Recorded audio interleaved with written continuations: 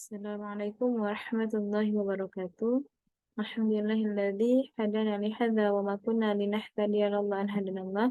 Asyhadu an la ilaha illallah, asyhadu anna Muhammadan abduhu wa rasuluh. La nabiyya ba'da ma ba'du. Pertama sekali, marilah kita ucapkan puji syukur kehadirat Allah Subhanahu wa taala yang telah melimpahkan rahmat beserta karunia-Nya kepada kita semua. Salawat dan salam marilah kita ucapkan kepada Nabi Muhammad SAW dengan melafazkan Allahumma sholli ala Muhammad wa ala Muhammad. Baiklah, yang terhormat Ibu Azza Nuzullah Putri SPD MPD selaku dosen pengampu mata kuliah Anatomi dan Fisiologi Makhluk Hidup. Baiklah, saya Mercy Junita dengan NIM 20231022 akan mempresentasikan materi tentang sistem imun pada manusia. Pokok bahasannya yang pertama yaitu tentang sistem imun, yang kedua komponen sistem imun, yang ketiga fungsi sistem imun, yang keempat cara meningkatkan sistem imun tubuh, yang kelima cara kerja sistem imun tubuh. Yang pertama yaitu tentang sistem imun tubuh. Jadi sistem imun tubuh ini disebut juga dengan kekebalan tubuh, merupakan sistem yang berperan penting dalam melindungi tubuh kita dari zat berbahaya, kuman, virus, dan berbagai parasit tubuh lainnya. Sistem imun ini terdiri dari banyak komponen, mulai dari sel hingga organ. Salah satu jenis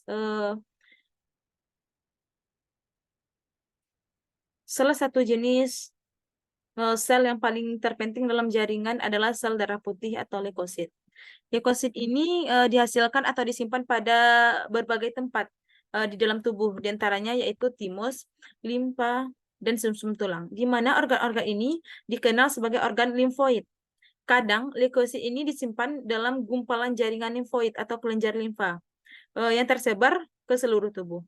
Leukosit ini bergerak di seluruh tubuh melalui pembuluh limfatik dan pembuluh darah seperti berpatroli atau memantau adanya kemungkinan menyerang yang berbahaya. Ada dua jenis leukosit utama yang bekerja sama untuk mencari dan membunuh organisme atau zat penyebab penyakit. Yang pertama yaitu limfosit. Limfosit ini adalah sel-sel yang membantu tubuh mengingat dan mengenali penyerbu sebelumnya. Jadi limfosit juga membantu menghancurkan penyerbu tersebut. Ada dua macam limfosit, yaitu limfosit B dan limfosit T. Dihasilkan di sumsum tulang, limfosit akan menetap dan berkembang menjadi sel B, atau berpindah ke kelenjar timus dan berkembang menjadi sel T. Yang kedua yaitu fagosit. Fagosit ini sel-sel yang memakan penyerbu. Ada berbagai macam sel yang tergolong sebagai fagosit. Setiap jenis fagosit memiliki tugas masing-masing. Sebagai contoh, tipe yang paling umum adalah neutrofil yang bertugas melawan bakteri.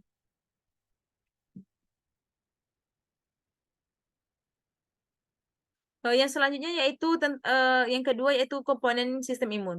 Jadi sistem imun ini terdiri dari yang pertama yaitu membran mukus, yang kedua pembuluh limfatik, yang ketiga timus, yang keempat kulit, yang kelima sumsum tulang, yang keenam tonsil, yang ketujuh kelenjar getah bening, yang kedelapan limfa, yang kesembilan yaitu pembuluh limfatik. Untuk sistem imun ini terbagi menjadi dua macam. Yang pertama yaitu sistem imun spesifik. Sistem imun spesifik ini terbagi menjadi dua, yaitu yang pertama humoral atau sel B, yang kedua sel seluler atau sel T. Yang kedua sistem imun non spesifik terdiri dari tiga. Yang pertama fisis atau mekanis, yang kedua larut, yang ketiga seluler. Untuk sistem imun didapat atau sistem imun spesifik ini disebut dengan adaptive immunity, merupakan sistem imun yang memiliki spesifitas terhadap patogen atau jenis inflamasi tertentu. Sistem imun ini menghasilkan sel memori yang akan menghasilkan suatu protein yang menjadi respon imunologis, yang kemudian disebut dengan sebagai imunoglobulin. Yang kedua yaitu sistem imun alami atau innate immunity atau disebut dengan sistem imun non spesifik ini merupakan sistem imun yang berperan pada inflamasi yang bersifat akut. Sistem imun ini merupakan sistem pertahanan pertama tubuh kita terhadap serangan mikroorganisme. Sistem imun ini tidak bersifat spesifik terhadap suatu patogen ataupun mikroorganisme tertentu.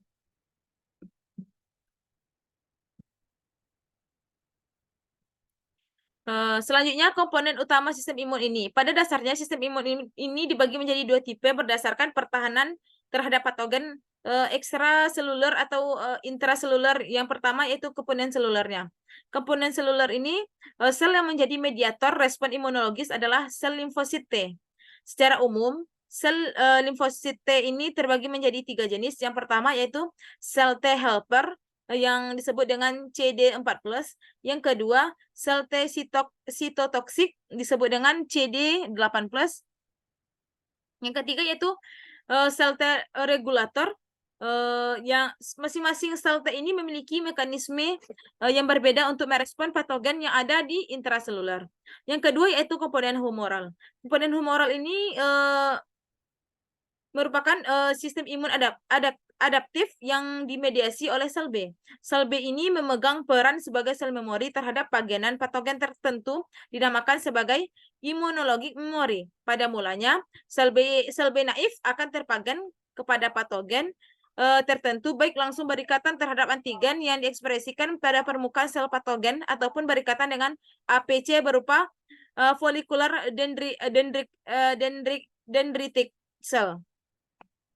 Selanjutnya, sel B yang terpagen tersebut akan mengalami proliferasi dan diferensiasi di sumsum tulang menjadi suatu sel di memori yang memiliki memori dan spesifitas terhadap antigen patogen tertentu. Dan sel plasma yang menghasilkan imunologi spesifik terhadap infeksi patogen tersebut akan dihasilkan. Semakin sering tubuh terpagen oleh patogen yang sama, maka titer antibodi yang dihasilkan oleh sel plasma tersebut semakin tinggi. Hal ini dapat meningkatkan efektivitas respon imun tubuh terhadap patogen tersebut. Selanjutnya yaitu komponen dari sistem imun non-spesifik. Ada 4. Yang pertama yaitu pertahanan fisik dan mekanik. Berupa kulit dan mukosa, serta silia terutama pada saluran nafas. Yang kedua yaitu pertahanan biokimia. Biokimia ini seperti asam lambung dan lisozim. Yang ketiga pertahanan humoral seperti sistem komplement atau C3A, interferon, dan C reaktif protein atau CRP. Yang keempat pertahanan seluler. Pertahanan seluler ini yang diperankan oleh sel-sel fagosit seperti makrofag, neutrofil, dan juga NK cell. Keempat, komponen sistem imunospesifik ini akan langsung aktif sebagai mekanisme pertahanan tubuh terhadap suatu patogen. Biasanya pada saat sistem imun alamiah atau non-spesifik ini aktif, akan menyebabkan terjadinya suatu peristiwa inflamasi pada lokasi terjadinya pertemuan antara komponen imun dan patogen tertentu yang menyebabkan kerusakan pada jaringan. Jadi sistem imun alamiah atau non-spesifik ini tidak memiliki memori terhadap satu jenis patogen tertentu. Oleh karenanya, proses imunologis yang dimediasi oleh sistem imun non-spesifik pada hampir setiap patogen bersifat mirip.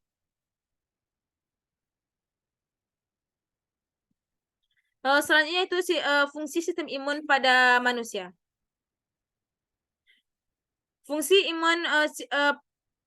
sistem imun pada manusia ini terbagi menjadi 4. Yang pertama yaitu melawan patogen atau jenis kuman yang bisa membawa penyakit. Beberapa contoh seperti bakteri, virus, parasit, dan juga jamur. Setelah melawannya, sistem imun ini akan mengeluarkan patogen itu dari tubuh.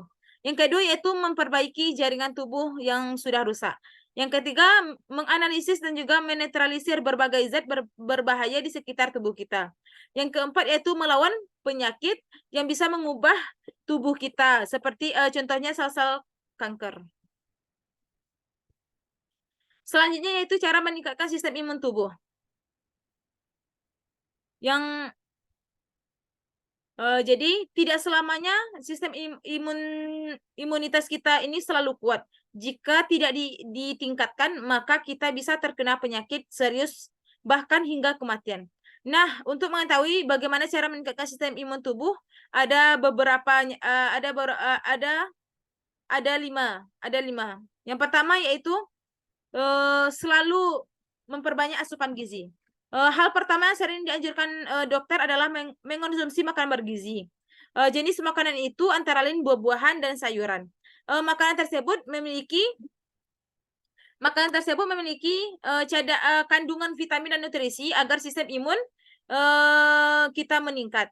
Yang kedua yaitu selalu cukup beristirahat. Orang-orang yang kelelahan memiliki risiko terkena penyakit.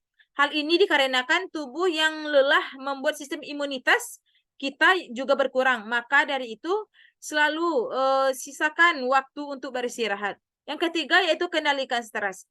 Banyak orang yang tidak sadar kalau stres bisa menurunkan sistem imun tubuh. Hal itu dikarenakan karena stres bisa memicu peningkatan hormon kortisol. Jika hormon ini terus meningkat, maka sistem kekebalan tubuh bisa terkikis. Maka dari itu, kita harus bisa mengelola stres dengan baik. Yang keempat yaitu selalu rajin berolahraga.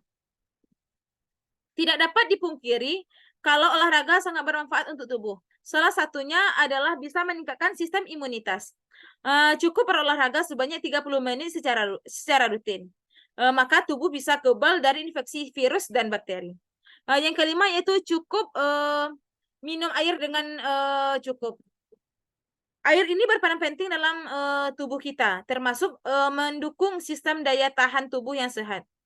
Cairan dalam sistem sirkulasi yang disebut dengan sistem limfatik membawa sel imun penting melawan infeksi ke seluruh tubuh. Sebagian besar terdiri dari air. Dehidrasi memperlambat pergerakan aliran dari sistem limfatik. Meskipun tidak berolahraga atau berkeringat, kita tetap kehilangan air di dalam tubuh lewat bernafas dan buang air kecil.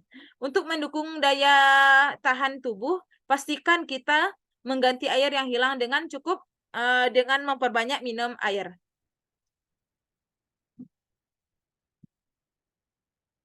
Yang selanjutnya itu cara kerja sistem imun tubuh.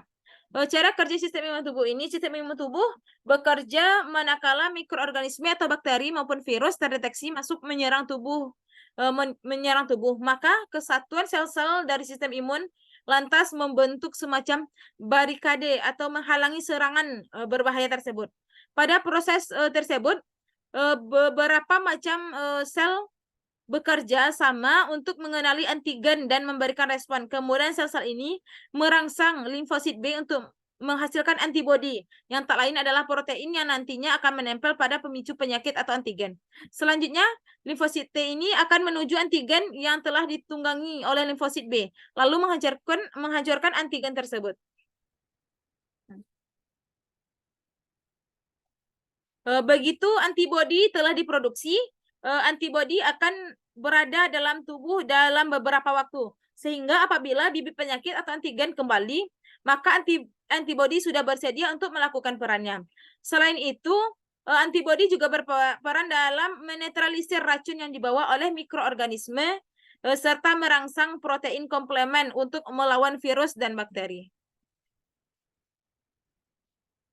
Baik, sekian terima kasih presentasi dari saya. Jika ada pertanyaan dari teman-teman dipersilahkan. Saya akhiri. Assalamualaikum warahmatullahi wabarakatuh.